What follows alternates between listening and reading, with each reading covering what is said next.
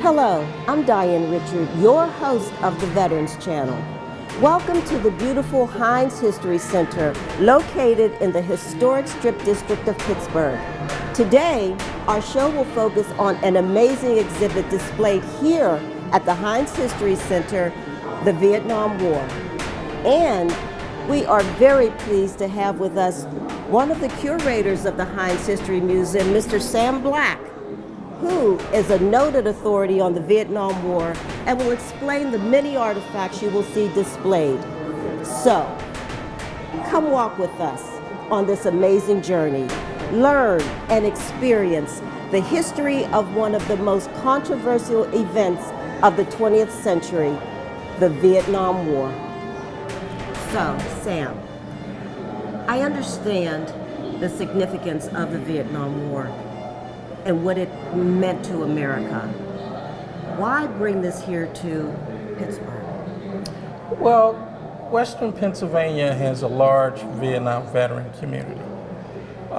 In 2006, the History Center had opened an exhibit called Soul Soldiers, African Americans in the Vietnam Era, which drew a lot of attention. It was the first of its kind focused on African American Vietnam vets in the country. And so we felt very comfortable working with the New York Historical Society in bringing this exhibit here, the Vietnam War 1945 to 1975. Such significant years, and I don't think a lot of people know that the war started in 1945. Can you elaborate a little bit on that? Well, there was a long-term Vietnamese independence movement. Vietnam, at that time called Indochina, was a part of the French colonial territories that included Vietnam, Cambodia, and Laos. That was all Indochina. And shortly after World War II, especially during the peace hearings, actually in World War I, if we go all the way back to 1919, Ho Chi Minh attended the Versailles peace talks just outside Paris in 1919. And he was arguing for and wanted the European governments to put on the table the independence of Vietnam. Well, they did not consider that. So Indochina remained a French colony all the way up until 1945, where at that point, Vietnam did declare its independence from France. It's a very complex situation that included Japanese, British, American, and French governments all involved in what would be the destination of Vietnam. So Ho Chi Minh and the Vietnamese held elections. He was elected, of course, and then had an Independence Day celebration. And from that point, they recognized themselves as a free and independent country. So Vietnam was a free and independent country, but what about Laos and Cambodia? Laos and Cambodia remain a part of the French colonial forces. Now, Vietnam saw themselves as a free and independent country. The rest of the world did not. So that's the conflict. And so shortly after that, in the late 1940s, just a few years after 1945, France decided to go to war to maintain Vietnam as part of its colonial forces, or colonial territory. So you have what is called the First Indochina War that takes place between France and its allies and Ho Chi Minh and the North Vietnamese. And that lasted until 1954, when the Vietnamese defeated the French forces, and France then pulled out. But before that, another part of those complicated political situations, the French wanted to still maintain some type of relations in Vietnam.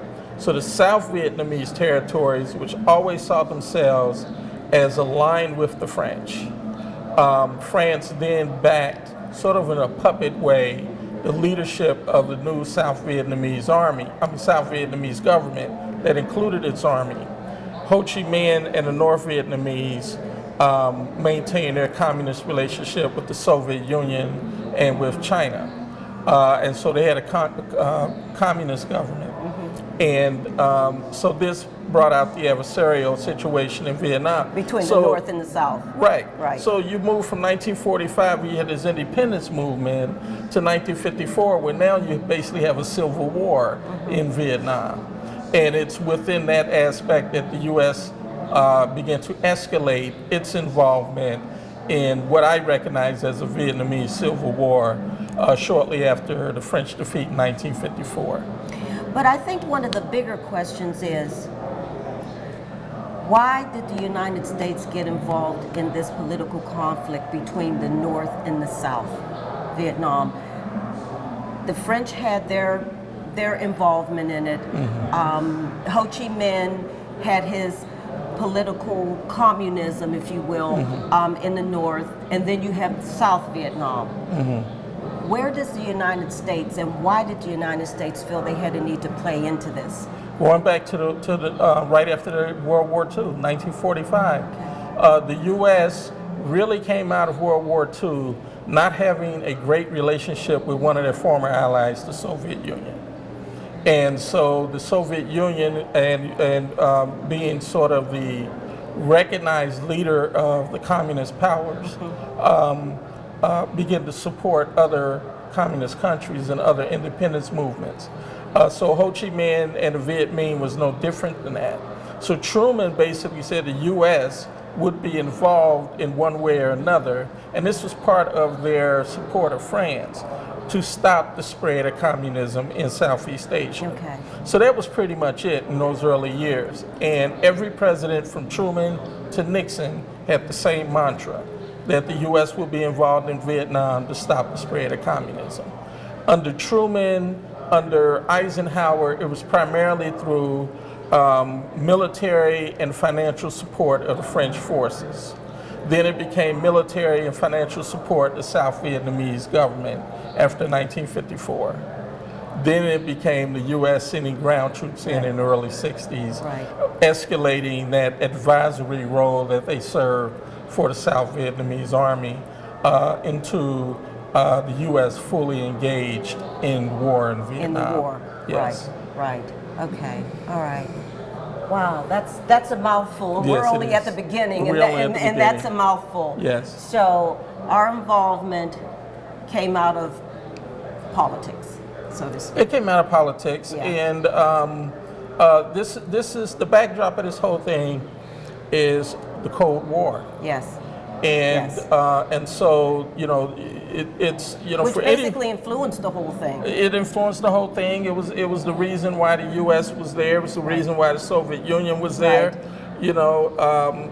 And so you have this aspect of communism, and you have to look at what was going on in the United States at that time. You got the 1950s, and you have the Red Scare, if you will, in the United States. The hearings that were held in Washington, D.C., congressional hearings, bringing in everyone from writers to college professors to movie stars, to investigate them in a sense of whether they had any connections with communists. Right. You had communist parties within the United States and so forth. So, it was a very sort of politically scary period that was going on right here in the United States. At the same time, what most people don't realize is that the U.S. was very much involved in the events taking place in Southeast Asia, which carried over to stopping the spread of communism. The thing about it is that the U.S. just came out of the Korean War in 1953. The next year, the French lose in Vietnam and Indochina, and so the U.S. begins to take on more responsibility of being that democratic country to stop the spread of communism in Southeast Asia. Interesting. Okay. So where do we go from here? Well, we'll talk a little bit more about the players. Okay. Of course, I mentioned the Korean War and the Cold War aspect of and the buildup in the Soviet Union of its industrial complex. The Soviet Union was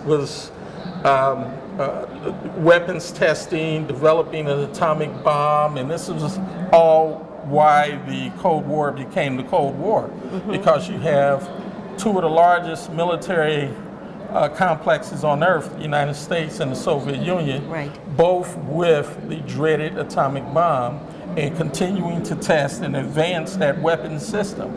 So it was all strategic in a sense of territory, in a sense of trade, in a sense of political autonomy, and so forth. And so President Truman played very well in that aspect for the U.S. in the very beginning. I mentioned the Indochina War, and so this panel primarily shows in a graphic way how that all played out, and it kind of tells you the U.S. war material provided to the French during the Indochina War, you know, in terms of weaponry and money. And so when the French were defeated in 1954, U.S. was of course concerned, and the U.S. began to back the independence movement in South Vietnam. And whether it was good or bad in terms of the Vietnamese or the U.S., it is what it is.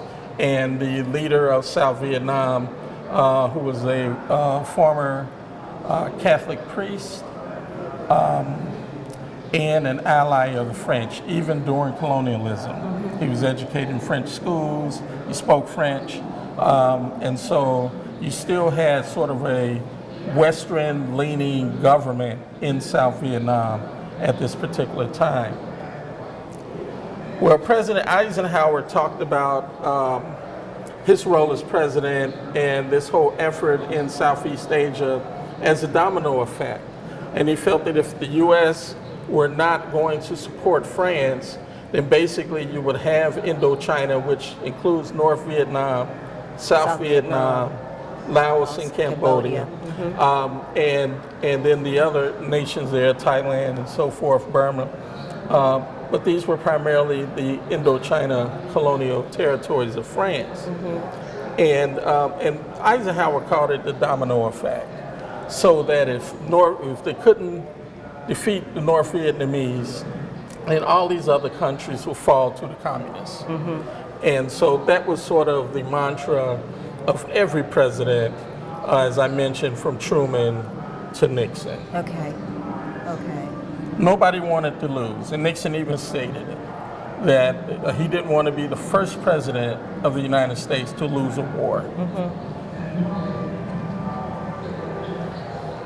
So as the war began to escalate in the late 50s, primarily beginning in the late 50s between the North and the South, you begin to see the strategies that the North was using, and one was what we call the Ho Chi Minh Trail, which was basically a series of routes through rivers, streams, mountain passages, and so forth, where they were able to transport weapons, materials, personnel through these trails.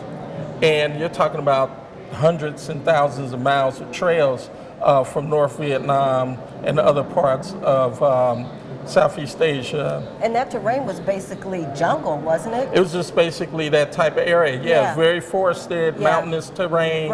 But it still had rivers that flow through there and a few lakes and so forth. So you can see how crude the transport was, basically bicycles and whatever you needed to transport attached to those bicycles. But it worked for that terrain. And that's a very important aspect, because basically when you're talking about the U.S. In Vietnam, you're talking about the most industrialized military on earth fighting against probably the least industrialized military. So whereas the U.S. will have huge trucks to transport materials and airplanes to drop materials and so forth, the Vietnamese were primarily working with bicycles. I had mentioned the North and South in what I call basically a civil war in Vietnam. And the president of South Vietnam Ngo Dinh Diem, who, as I mentioned before, his affiliation with the Catholic Church. He was an ally of the French colonial forces and was backed by both the United States and France. But his presidency wasn't that smooth in a sense. There was a lot of corruption amongst his presidency. His brother as well was one of the major players, and his brother's wife. All had significance in the South Vietnamese government. And one of the things that was taking place was the suppression of Buddhist monks in the temples in South Vietnam.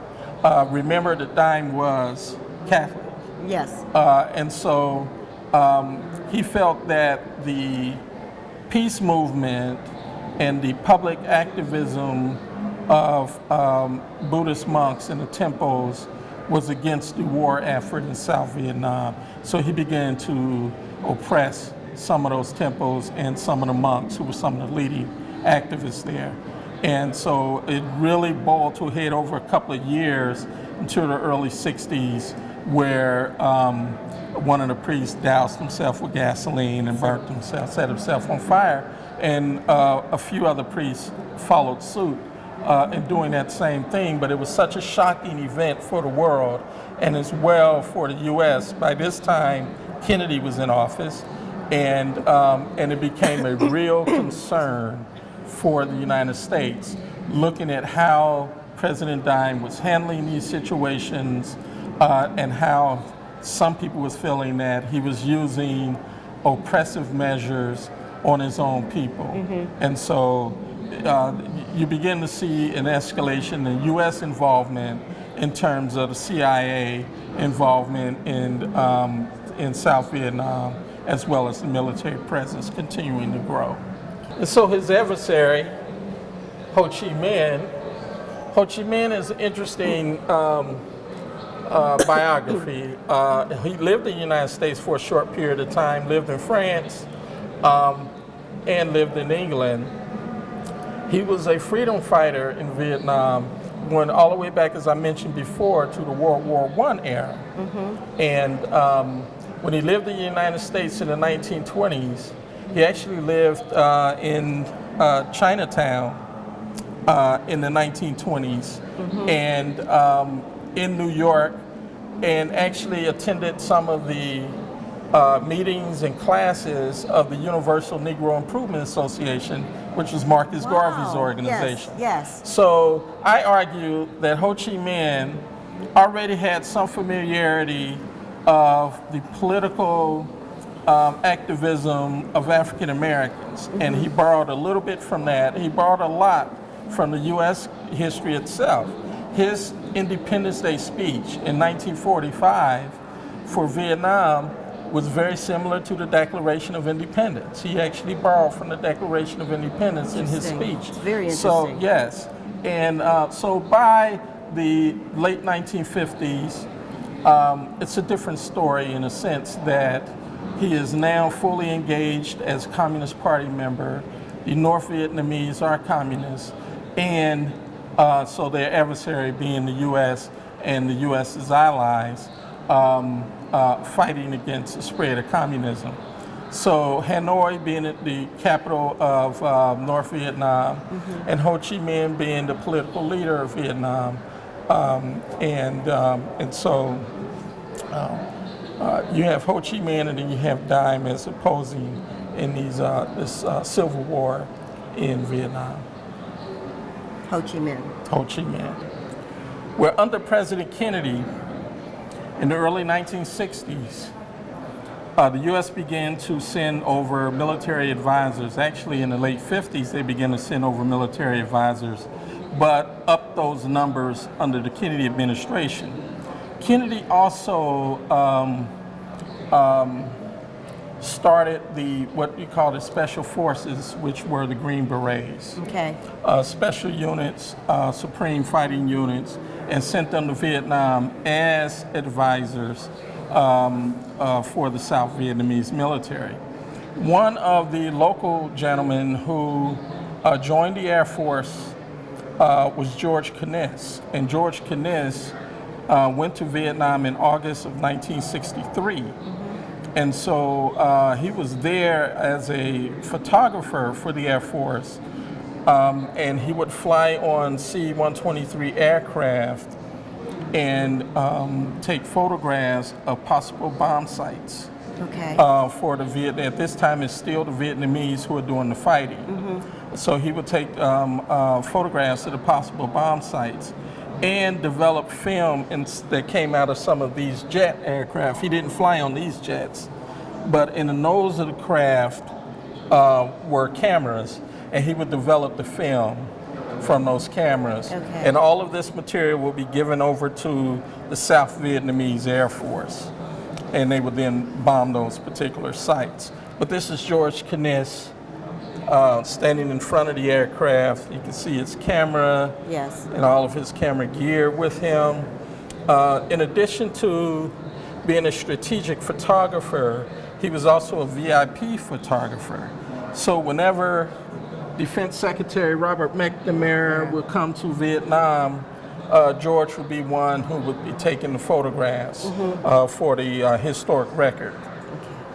And he also took photographs of Vietnamese military officers and military leaders as well. The interesting thing was that a tour in Vietnam was basically 12 months, one tour. So he went in August of '63, which meant that when President Diane was assassinated in early November, George Kniss was there. When Kennedy was assassinated just 3 weeks later, George Kniss was in Vietnam. When the Gulf of Tonkin incident happened under the Johnson administration, they gave Johnson the evidence to argue to Congress to get their support to back his war effort. In 1964, George Kniss was in Vietnam. So he was there early on and saw all these different political things and military things happening, and impacted not only his service in the war, but also these are historic moments of how the U.S. Escalated the war during that time. So it seems as though he had the whole game plan just laid out, you know, it was just there. It was just there. And the interesting thing is that because he told us he had some downtime, he wasn't a combat soldier or anything like that. He's a photographer. Right. So he wrote journals This is his while journal. he was there. And so this is his journal. It's open to one of the pages that talks about him leaving Pittsburgh on his way to Vietnam. And then at the end of the exhibit, we have another journal is open to when he's coming home from Vietnam. So it sort of opens and closes the exhibit in a sense, the words of George Kniss. How strategic was it to compartmentalize each part of the exhibit? Well, in our partnership with the New York Historical Society, they had already basically developed the script and the floor plan. The only thing that's different is because their gallery was a lot smaller than ours, and shaped different than ours. So the footprint for this exhibit is different based on our exhibit designer coming up with a plan that would incorporate all the material that we're adding to the exhibit, in addition to what the New York Historical Society had developed. I mean, because there is a lot of history encompassed here. Yes. In this space. Yes. And I mean, I think that it's phenomenal that you were able to bring all of this here, and just to be able to let people know what happened. I mean, they can read it by you telling the story. I mean, you're a storyteller, and by you telling the story, it all makes sense. It brings things together. I've spoken to many veterans, and each of them tell the same story, and each of them tell a different story from their perspective of how they felt about the war. But you're giving the historical point of view of how the war started, when it started, and all the political inference that happened with it. So this is amazing. Yeah, this yeah, is amazing. and that's part of the public dialogue about Vietnam. One of the things I always say is that everyone had their own Vietnam. Correct. So there may be this backdrop of what Truman and Kennedy and Eisenhower all thought about the Vietnam conflict. But then when you talk to people who were there, they had their own individual experience. So you have someone like George Kniss. George Kniss was, well, you know, the closest I got to the jungle or whatever was being in a C-123 and looking down on it and taking photographs. And then you could talk to someone else who was a combat GI, and they would have a totally different interpretation of the war. My director and photographer, Carl, is a Vietnam vet, and he's boots on the ground. So he's seen the conflict. He's seen the devastation and the atrocity of the whole Vietnam War while he was stationed over there. And so his story is quite different. His story is quite different. And then there's another story of the people who were left behind, the family members, absolutely, the communities, friends, and so forth of servicemen and women, and looking at, you know, those experiences as well. One of the other parts of the exhibit that we like to talk about is, because we've talked about the escalation of U.S. forces, but we haven't talked about how they got there. And so you have here some of the transport ships that left out of Los Angeles or San Francisco, and as the servicemen were going over, they would, these were the bunks that they slept in, and they would write messages on the bunks, and these are some of the original bunks. So of course you can see what they're going to miss when they go over, and then they had messages and everything. Right. So you can see this message from someone from Philadelphia. Yes. And a number of other places. And you know, some of what's written is quite poignant.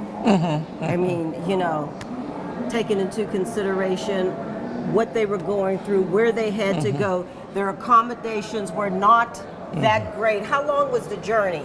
The journey across the Pacific Ocean into wherever they landed, whether it was in the Gulf of Tonkin or the China Sea if they went to Guam or somewhere else. Sometimes it took up to 3 months. And so you had a lot of time. This is where you lived during that time period. Of course, those who flew, there was something like, because no one flew directly from Vietnam to the U.S., but the journey itself would take about 18 hours. So the airplane was a lot faster than some of the ships. And to be on the ship for 6 months, or you said 6 months? No, up to 3 months. Up to 3 months to be on the ship, and these are the types of accommodations that you have. You know, I mean, this is not a very big bunk, and if you have a service person that's over, what's this, 6 feet here? That's over 6 feet. Yeah. You know, there's an issue, but this is what you endure in war. Yeah. Yeah. Exactly. So where do we go from here? Our journey continues.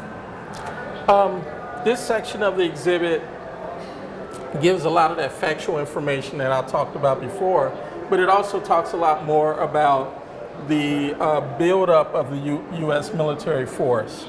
So as most countries, during periods where they're not engaged in war, is sort of downtime in military service. You don't have such a large military. So what happens during the Vietnam War is the draft. And the draft is when, typically when you're 18-year-old, you have to register for selective service, and your local draft board at periods of time dictated by the military would hold drafts. And if your number is called, you're assigned to a certain military branch. Right. There were a lot of people who decided to enlist, like George Kniss. George Kniss said that he was a follower of Kennedy, and so that's what gave him the impetus to enlist. So we have this sort of graphic that looks at the Vietnam generation, and it talks about 60% of those of the age range for military personnel did not serve in the military. So you basically have 40% of those who did serve, but overall 2.5 million from 1963 basically to 1973 served in Vietnam. So that's a very large number. And by the late 60s, you had at least 500,000 U.S. military personnel in Vietnam. And that doesn't even take into consideration those who are in the Philippines, who are in Okinawa, who are in Thailand, and so forth. Some people who fought during the Vietnam War, who served during the Vietnam War, not all of them were actually in Vietnam. Okay. Yeah. Okay. So not all in combat. Not all in combat, of course, and we'll talk a lot more about that when we get to the other section of the exhibit. Okay. But let's just talk about where the troops lived once they were in Vietnam. Okay. And these are primarily the fighting forces like Carl. And they lived in these tents, or what they call hooch tents. And, they gave them their names and everything, because this will be their home. That's their home. This is their home Yes. for 12 months. Yes. And you have all these fighting men, whether they were in the Army or the Marine Corps, who basically lived in the arena of the war. And they had base camp, and then some of them served on these large bases, places like Saigon, and then some served out in places that were a lot smaller, that were more strategic, because they were directly engaged in combat. So they were closer to the combat, in a sense. And we have a number of local veterans. The case there have two local veterans, and Michael Flournoy, the Army shirt was in 101st Airborne Division. And the Airborne Division is one of those who, in most times of some type of strife or war, are usually the first to go in. A lot of times people talk about the Marine Corps. The Marine Corps can say they're the first to go in as well. But the 101st Airborne Division are also used in civilian situations. It was the 101st Airborne Division that President Eisenhower sent into Little Rock to protect those black kids in Central High School in Little Rock. It was the 101st Airborne Division that was sent to Detroit after Dr. King's assassination to deal with, the urban unrest there. And the other uniform on the right is of John Clark. And John Clark has an interesting story. He won was awarded 2 Purple Hearts. We have one here. And if you can see this metal sort of spear looking implement, that was the cause of his first Purple Heart. He was on patrol in his Marine unit, and going through a forested area or jungle area, stepped on a booby trap, and it had this metal spike on it, and it went all the way through his boot and came up through the top of his foot. And you can see on each end it's serrated. So he couldn't pull it out. And these were the types of boots they were wearing. And these were basically called jungle boots. And they were designed specifically for the Vietnam War, because Vietnam was really the first American military campaign in a tropical climate. And so the boots that they would have worn maybe in Europe during World War II or something like that, or in Korea even, just did not work. So you can see there's more canvas in the construction of the boot. So So Clark is wearing, and you can see in the photograph, he has his jungle boots on. So he could not lift up. The other thing was that it was connected to an explosive. So if he tried to pull his foot off, Yes. yeah. Oh gosh. So he had to maintain his foot on this booby trap until they were able to Cut it. well, basically be able to diffuse the bomb. explosive Okay. connected to it.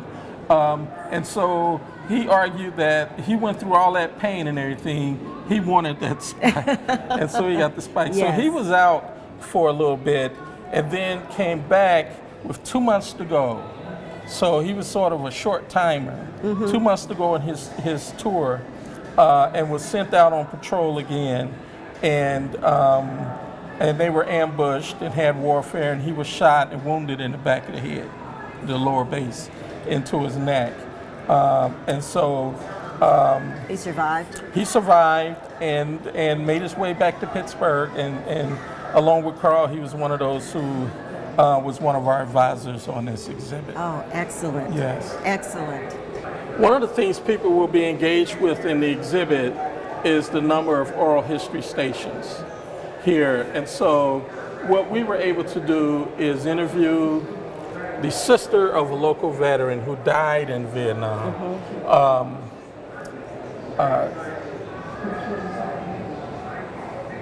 Bessie Bay and her family lived in West Mifflin.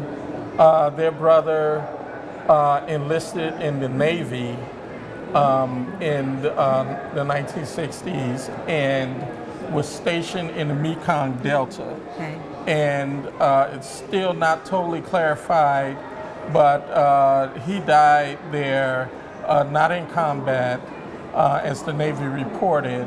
But what she's talking about is the devastation to their family, and their community. Absolutely. Because there were 5 young men, a couple of cousins, and neighbors who all went in at around the same time.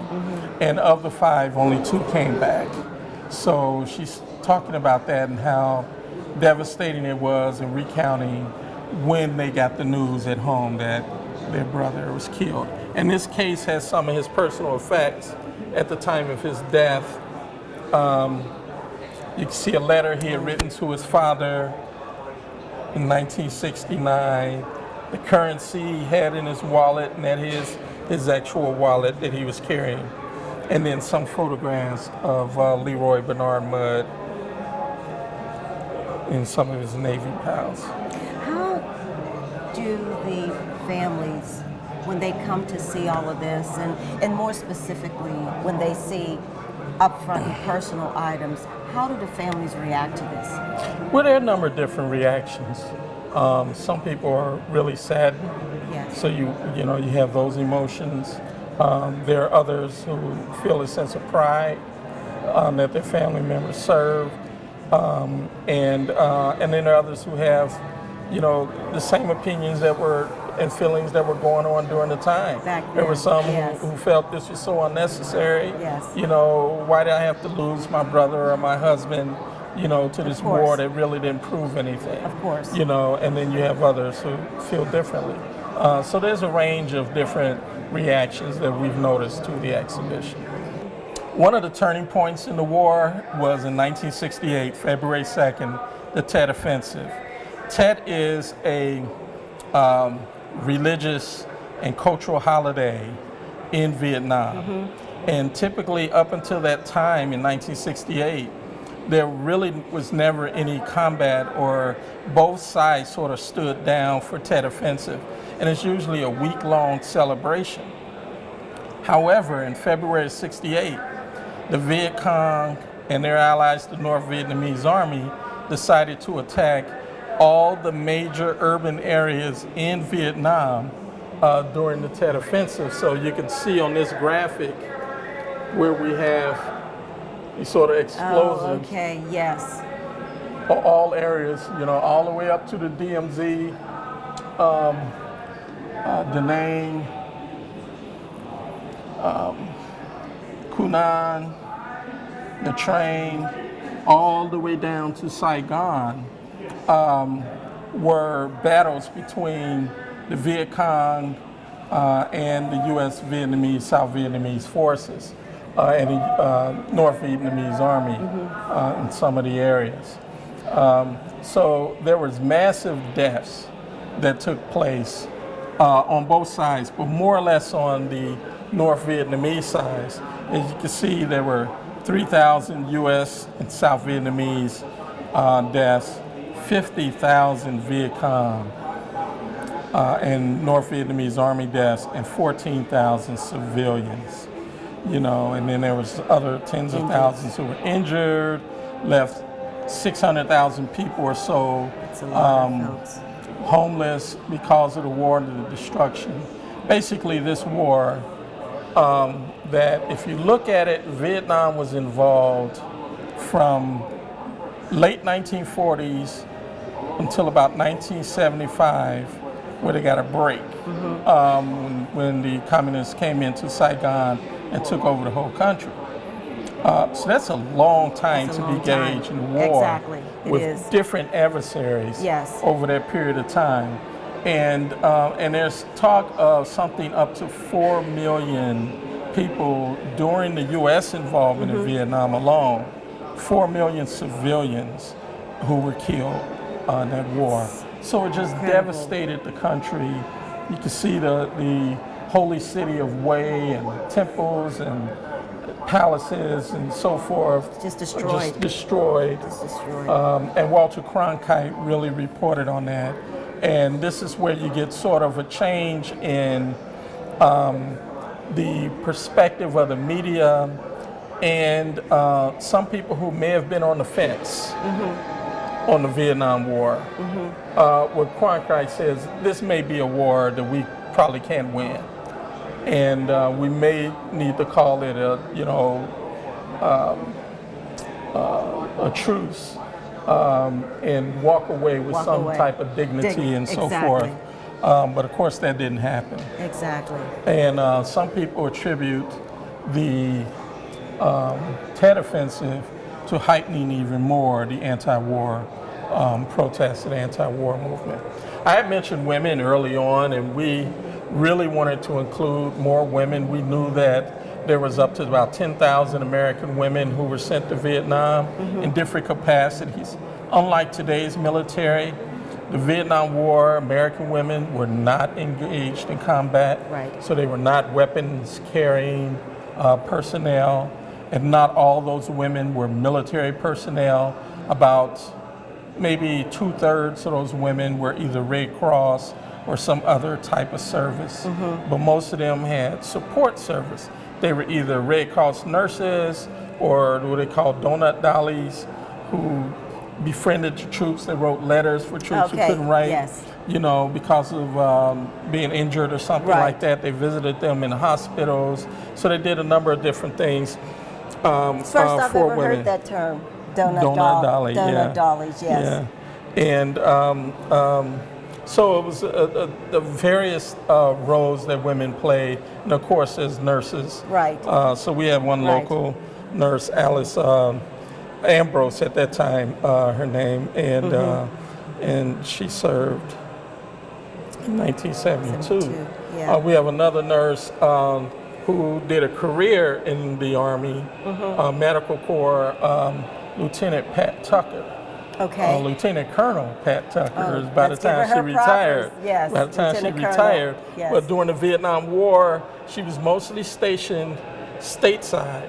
So she was at some of the local hospitals here, in the VA hospital here, tending to troops who had come back but who were wounded in the war. Okay. So she told us a lot about her experiences doing that and the troops that she befriended. Plus, she had friends and family members who were sent to Vietnam who fought in the war. Wow.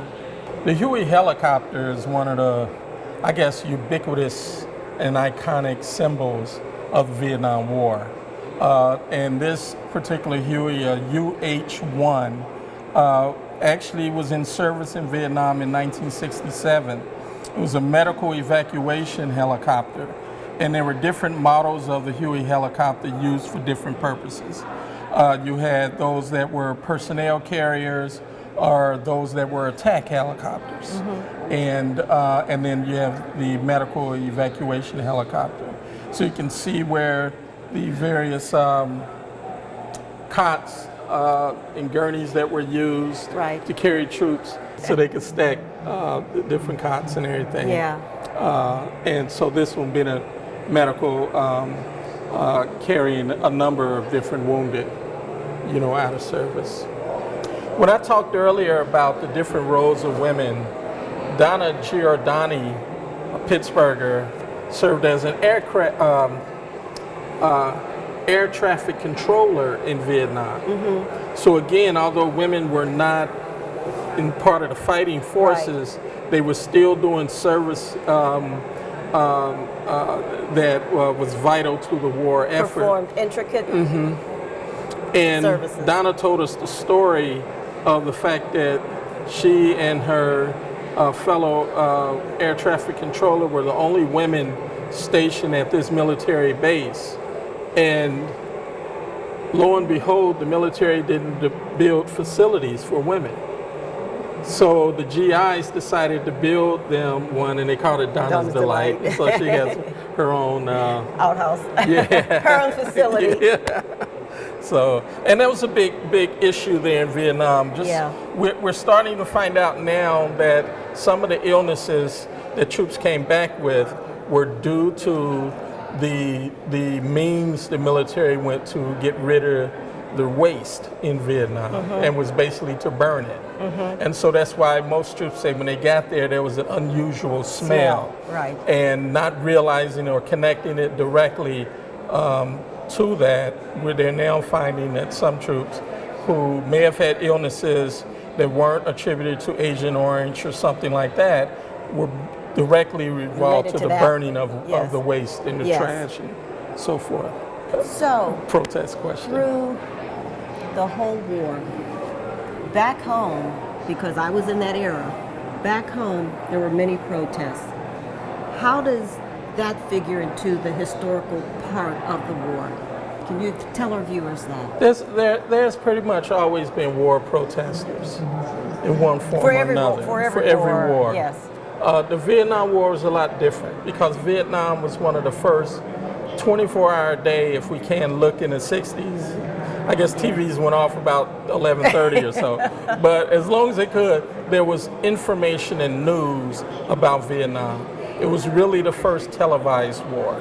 We know that Walter Cronkite came on TV every night. Right. And his lead story was the update on what's going on in Vietnam. So that meant that people were able to get news faster, about the war front, and been able to relate to that one way or another.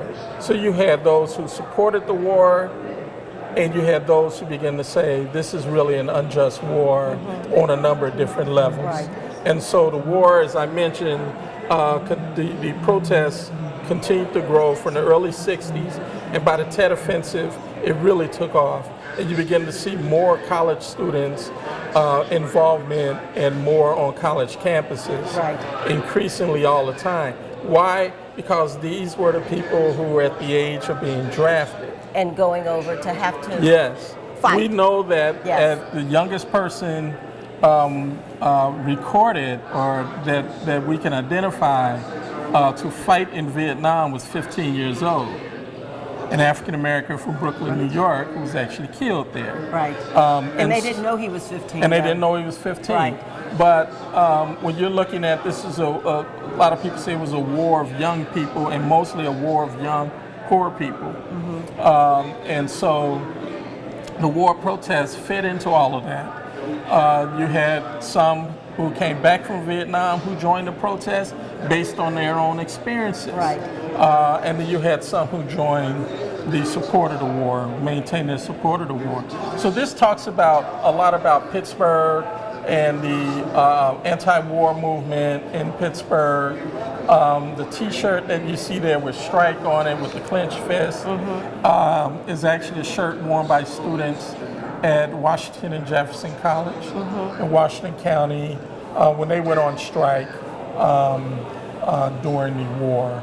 And of course, we know that some of the probably better known war protest took place in May of 1970 at Kent State University yes. in Ohio and Yes. Jackson State University Yes. in Jackson, Mississippi, where students were actually killed Right. by the local authorities. In Ohio, it was the National Guard. In Jackson, it was the local police department. Right. And so those types of things really escalated even more the war effort, because now you're looking at civilians, because they oppose the war, are losing their lives. And Right. so, and in those two cases that I mentioned, those people were just protesting. They weren't attacking anything or whatever. They were just protesting and lost their lives. But you know something that's very interesting as well. Not only were people protesting, but let's move to the music market. Okay, we have, like the song we're listening to now, "4 Dead in Ohio," talking about Kent State. Okay, and you have Marvin Gaye and you have Edwin Starr talking about war. You know, it has no, we don't need it. You know, so the genre of music has played into it too, and a lot of tunes came out sort of in protest, if you will, of the war. So that's very and interesting. as you walk through the exhibit, that's what you hear. Exactly. In almost each section of Exactly. the exhibit is you hear music. And yes, you know, music, you know, played a major role in that. I call it sort of the soundtrack of the war. Of the war. And you can actually follow the U.S. involvement in the Vietnam War by listening to the music, because the music was reflecting it. Whereas during the Kennedy administration, where you primarily had military advisors, you had songs like the Shirelles Soldier Boy, which were more romantic and so more forth. romantic, yes. And then in the mid-60s, where from 65, where you have official engagement with the North Vietnamese Army, then you begin to have other songs to come out during that period. Yes. And then in the late 60s, especially after the Tet Offensive and so forth, that's where you have Marvin Gaye and Temptations and Edwin Starr and so forth. Ball of Confusion. And the interesting thing is that, you know, people like Jimi Hendrix, who played at Woodstock, Edwin Starr, they were veterans.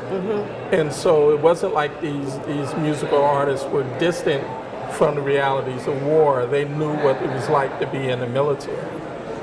Yeah, and so that actually did feed into the anti-war movement, because they were reflecting on the anti-war movement. Right. The Stop the War sign is an original sign that was at Three Rivers Stadium during a Pittsburgh Pirates game in 1972. And again, it's, you know, where, you know, today you have such an uproar if you went to a baseball game or especially a football game, and you try to connect that to something that's going on in the world, whereas in 1970 that banner, you know, was there at the baseball game, 1972. So the 60s, and especially 1968, was a crucial time.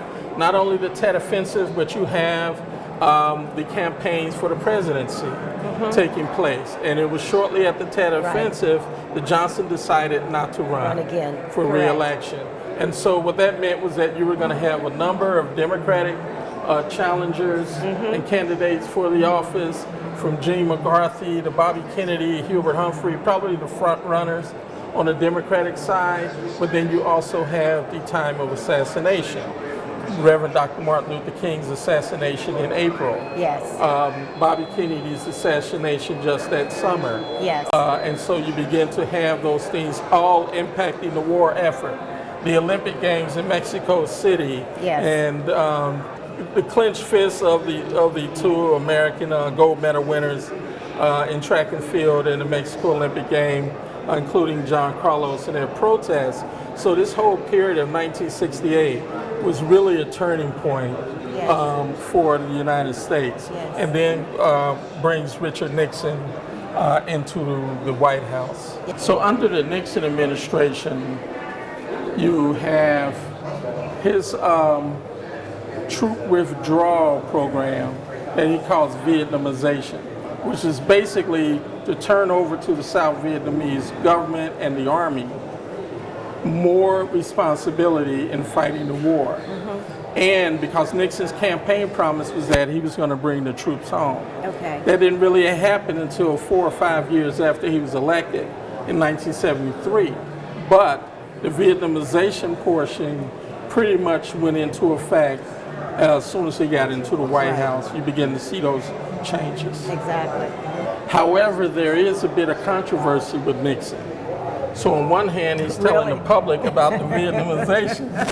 On the other hand, he's doing secret bombing of Cambodia and Laos, and actually sent ground troops into Cambodia. And this was all to attack the Ho Chi Minh Trail that we talked about at the beginning of the exhibit. One of the local people was Richard Nareshoff, who was a navigator on a B-52 bomber. So you can see some of the instruments he used. His instrumentation, Yeah, to map out their bombing sites and so forth on the bombers. And he told me that sometimes he flew out of Guam and it would be at least a 6-hour flight before they even got to the bombing site. And the B-52s flew relatively high. He talked about the temperature inside there, and he said it was always freezing cold, or below freezing.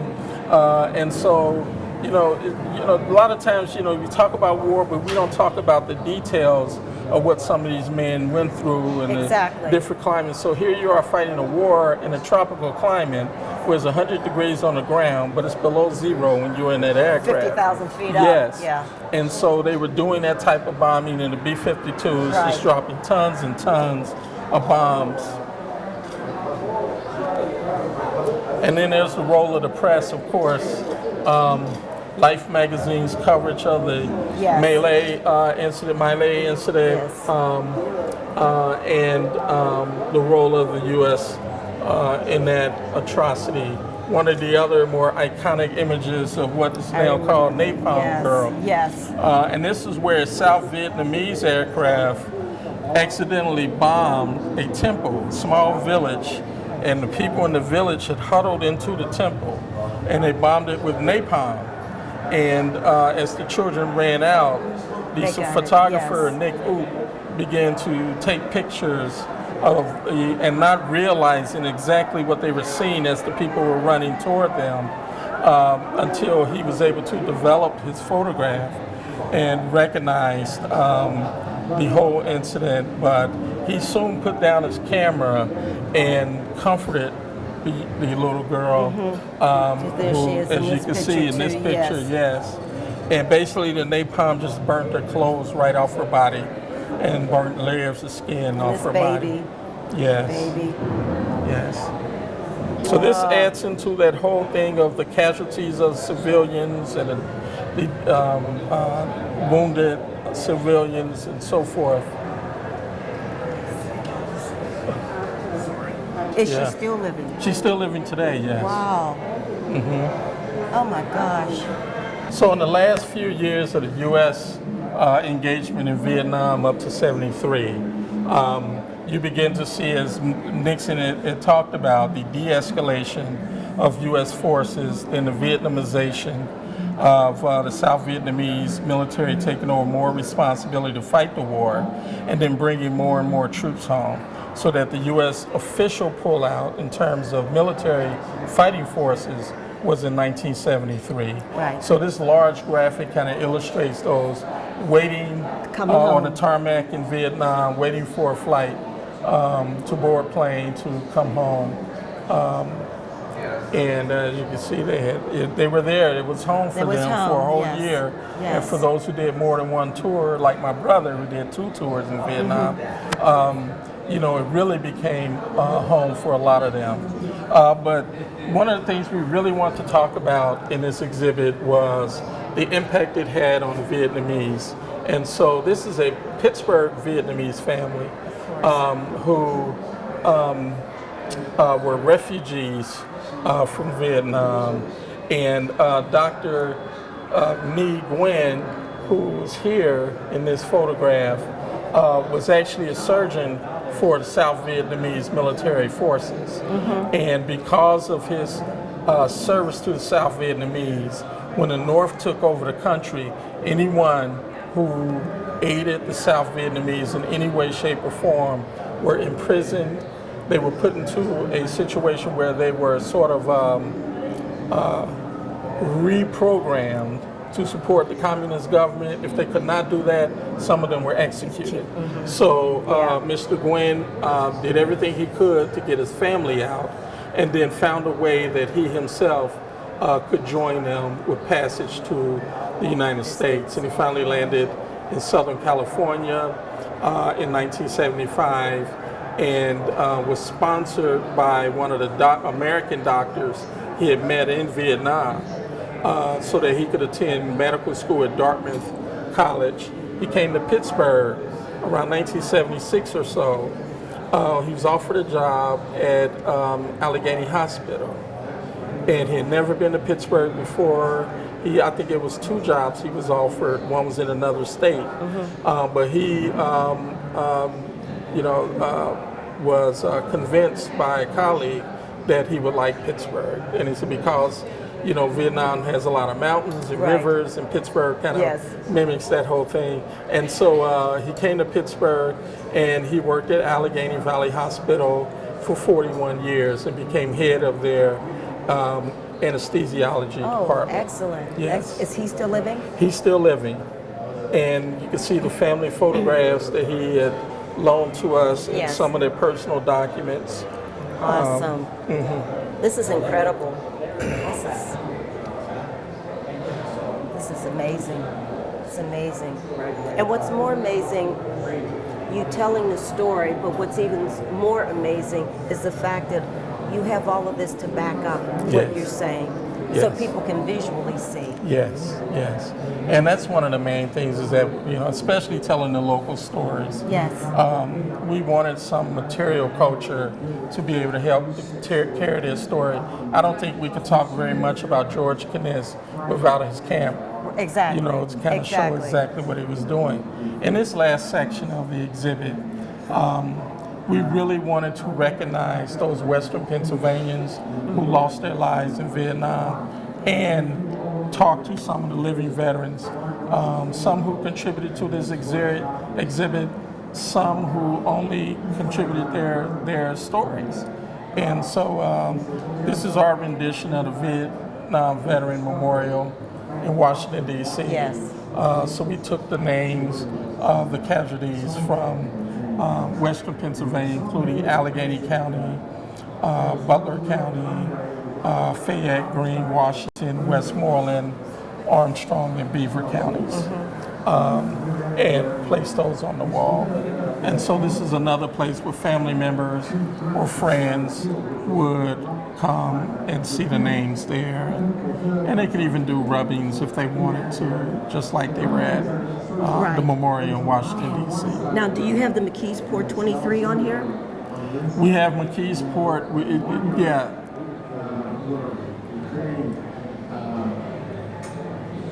everyone from those particular counties. Okay. All right. Excellent. This is awesome. This is awesome. We did the traveling wall. Yes. We came to McKeesport, and I learned a lot about the wall and just that whole story behind it. And it's just an amazing. And just to see a replica of it here, this is good stuff. This is so well worth anyone coming down here to see what Vietnam is all about. Well, it's a major part of American history. It is. And even a larger part of Western Pennsylvania history as well. Indeed.